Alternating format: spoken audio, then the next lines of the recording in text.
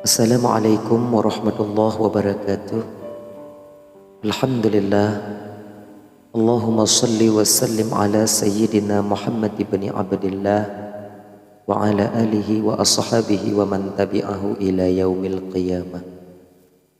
Saudara-saudaraku yang dirahmati oleh Allah Subhanahu wa taala, pada video kali ini kami ingin menjelaskan tentang perkara-perkara yang pernah kita lakukan yang menjadi racun bagi hati kita sendiri.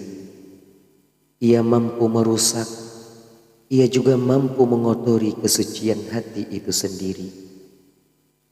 Yang pertama yaitu berlebihan dalam berbicara. Banyak berbicara tanpa bermanfaat adalah salah satu faktor yang menyebabkan hati menjadi keras. Sebagaimana Rasulullah sallallahu alaihi wasallam bersabda, "Janganlah kamu memperbanyak kata selain zikrullah, karena banyak berbicara selain zikrullah menjadikan hati itu keras. Dan orang-orang yang terjauh dari Allah adalah orang yang berhati keras." Hadis riwayat Imam At-Tirmizi dari Ibnu Umar. Kemudian juga dengan banyak berbicara terkadang membuat seseorang mengucapkan kata-kata tanpa dipikirkan dan tanpa dipertimbangkan sebelumnya, sehingga melahirkan kerugian dan penyesalan. Umar bin Khattab radhiyallahu anhu pernah berkata, "Barang siapa yang banyak bicaranya, maka banyak pula lah kesalahannya, sehingga nerakalah sebaik-baik tempat bagi mereka." Hal ini ditegaskan juga dalam sebuah hadis Nabi sallallahu alaihi wasallam, "Sesungguhnya seorang hamba benar-benar mengucapkan kata-kata tanpa dipikirkan yang menyebabkan ia tergelincir ke dalam neraka lebih jauh antara timur dan barat." Muttafaqun alaih dari Abu Hurairah. Yang kedua, berlebihan dalam memandang sesuatu. Allah Subhanahu wa taala telah memerintahkan kepada setiap mukmin dan mukminah untuk menundukkan pandangannya, yang demikian itu lebih suci bagi hati-hati mereka, dan juga mereka akan merasakan bagaimana manisnya keimanan. Sebagaimana sabda Rasulullah sallallahu alaihi wasallam, "Barang siapa yang menahan pandangannya karena Allah, maka dia akan diberikan oleh Allah rasa manisnya keimanan yang ia rasakan di dalam hatinya, sampai di mana ia menghadap kepadanya." Hadis riwayat Imam Ahmad. Sekarang bagaimana jika perintah itu dilanggar? Maka jelas akan penyebab fitnah bagi hati pelakunya sendiri, yaitu rusaknya kesucian hati itu sendiri disebabkan oleh angan-angan dan keindahan yang semu yang dibisikkan oleh setan. Lupa terhadap hal yang menjadi kemaslahatan, lalu ia membuat melampaui batas, sehingga hilanglah akal sehatnya dan menyebabkan ia menjadi pengabdi hawa nafsunya sendiri.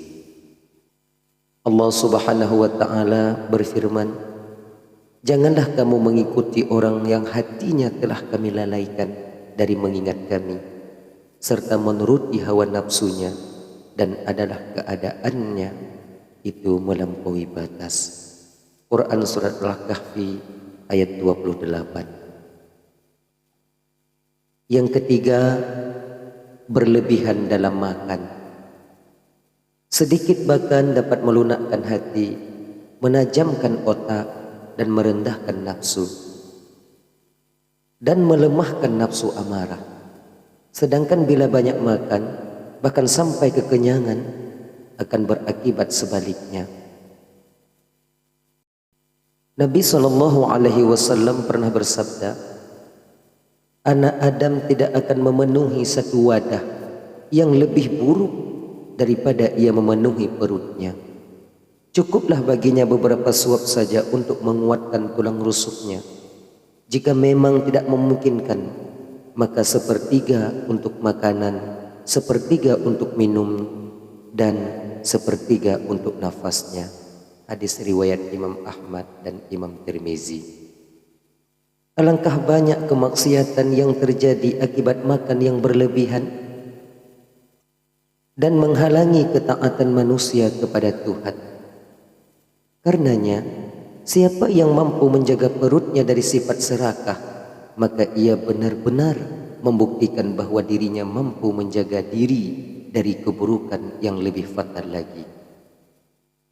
Ibrahim bin Adham rahimahullahu ta'ala pernah berkata, barang siapa yang mampu mengendalikan perutnya, maka ia akan mampu pula mengendalikan agamanya.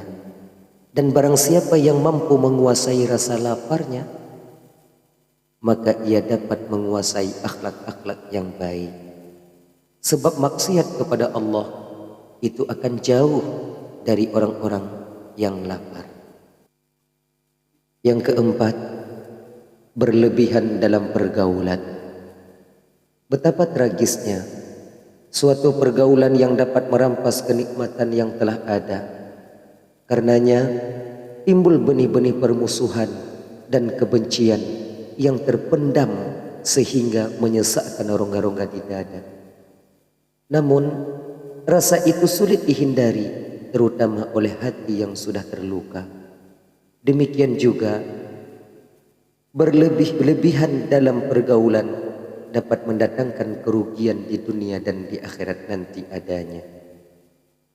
Seyogianya bagi seorang hamba Allah dapat mengambil hikmah dari setiap pergaulan.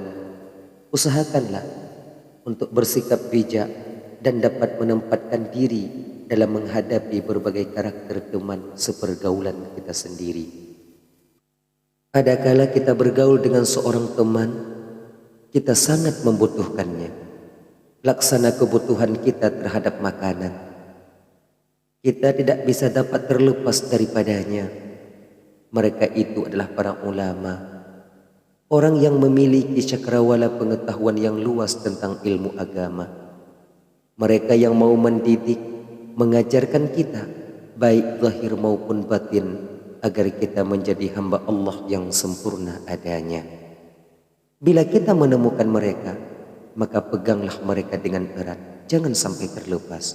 Bila terlepas, maka akan sulit bagi kita untuk mencari penggantinya. Adakala kita bergaul dengan seorang teman, kita membutuhkannya, laksana kita membutuhkan obat. Kita mengharapkan obat dikala kita sedang sakit saja. Tetapi bila badan kembali sehat, maka obat itu sendiri tidak kita butuhkan lagi. Mereka ini adalah orang-orang yang kehadirannya kita nantikan berkaitan dengan masalah kemaslahatan hidup dan kehidupan di dunia ini. Seperti untuk saling bekerja sama atau sebagai mitra kerja, dalam berniaga, bertani, bermusyawarah, dan masalah-masalah yang lain dalam hal muamalah. Ada kalanya kita bergaul dengan seorang teman, tak ubahnya seperti penyakit. Jika bergaul dengan orang yang seperti ini, hendaklah kita waspada dan berlaku bijak dalam menghadapinya. Hal ini bukan berarti kita harus menghindar dan tidak mau bergaul dengannya, tetapi jagalah, jangan sampai diri kita terbawa oleh pengaruh kepribadiannya. Mereka ialah ahli maksiat yang tak mau mengerjakan perintah agama dan selalu mau melanggar perintah daripada Allah Subhanahu wa Ta'ala. Inilah cuplikan kecil tentang penyebab daripada hati kita bisa mati. Wallahu a'lamu bis-shawab wa ilaihi marji'u wal ma'ab. Assalamualaikum warahmatullahi wabarakatuh.